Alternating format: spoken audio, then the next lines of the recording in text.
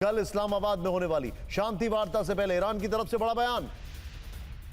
Iran ने कहा शांति वार्ता से इनकार। ईरान ने किया शांति वार्ता से इनकार। आईआरजीसी के प्रवक्ता का बड़ा बयान। लेबनान पर हमले जारी रहे तो वार्ता नहीं है, इस वक्त की बड़ी खबर है। एक और बड़ी खबर जो मैं आपको दिखा रहा हूं, ध्यान से देखिए। ट्रंप नेतन्याहू हार स्वीकार करें, आईआरजीसी ने कहा है।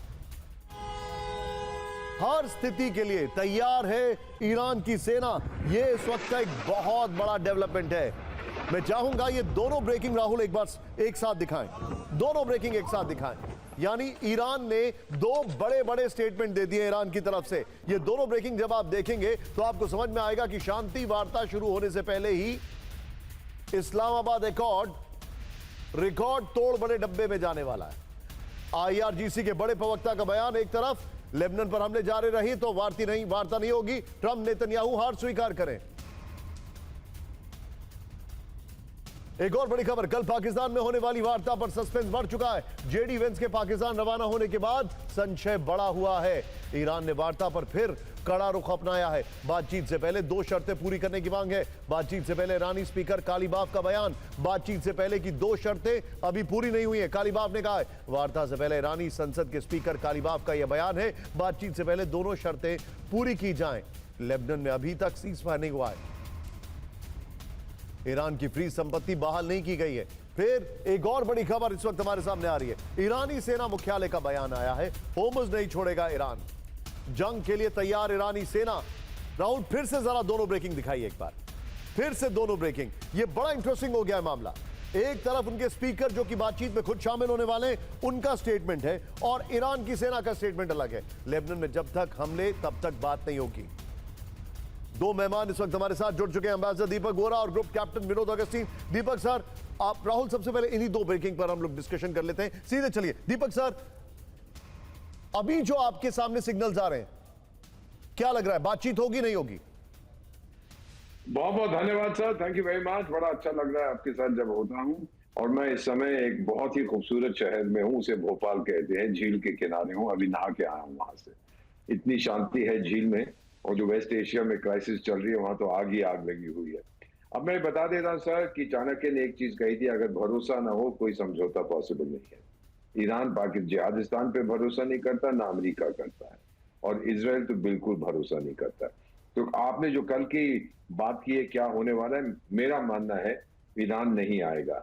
जिहादिस्तान के कोई मंत्री किसी चैनल पे कह रहे थे हमने तो इस्लामाबाद को दुल्हन की तरह सजाया है।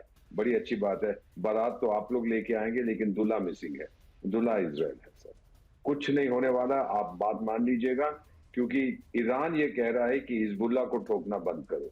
यानी ईरान ने स्वीकार किया है कि हिजबुल्लाह मेरी प्रॉक्सी है, नहीं तो आपका क्या लेना देना है उनके साथ। आप तो कल भी बोल देंगे कि हिजबुल मुजाहिदीन को भी मत ठोको आप लोग, क्या मतलब है इस बात का?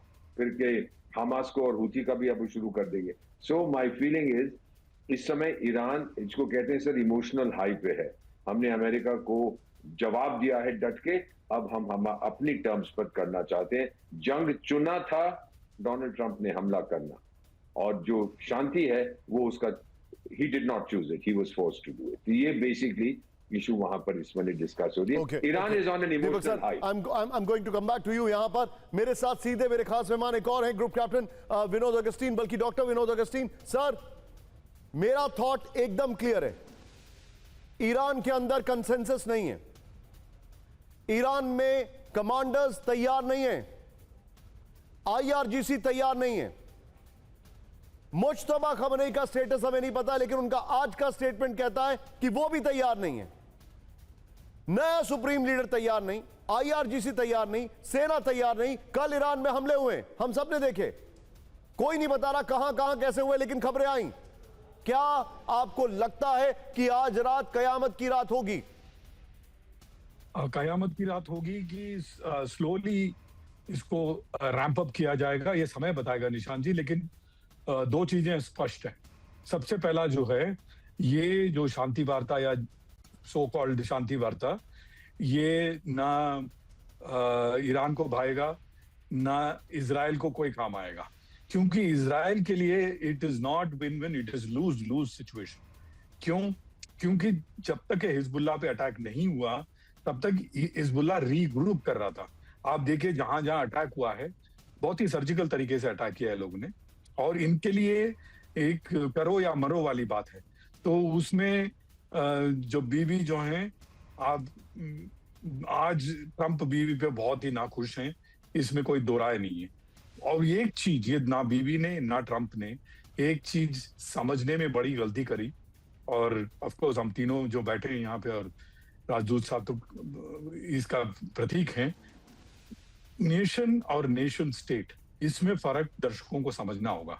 तो अगर मैं सिंपल तरीके से बताऊं तो नेशन, जैसे हम भारतीय मूल के जो निवासी हैं, जो यूएस में रहते हैं, वो नेशन को, भारत के नेशन को बिलोंग करते हैं, लेकिन भारत के अंदर जो रहते हैं वो नेशन स्टेट को बिलोंग करते हैं। हिजबुल्लाह ईरान का एक एक्सटेंडेड नेशन है, सर मेरे पास ईरान का एक एक्सटेंडेड नेशन है। मेरे पास तो ये शांति वार्ता में निशांत जी, इनको क्यों नहीं इंक्लूड किया गया? शहबाज शरीफ ने बहुत बड़ी गलती करी, जो आया वो छाप दिया। अरे सर आप भूल अपना गए, दिमाग आप नहीं भूल लगाया। गए शहबाज शरीफ नहीं, वो वहां पर जो असली वहां पे करता धरता है डेनिस ज़मेनेस, मुल्ला मुनीर। मुल्ला मुनीर,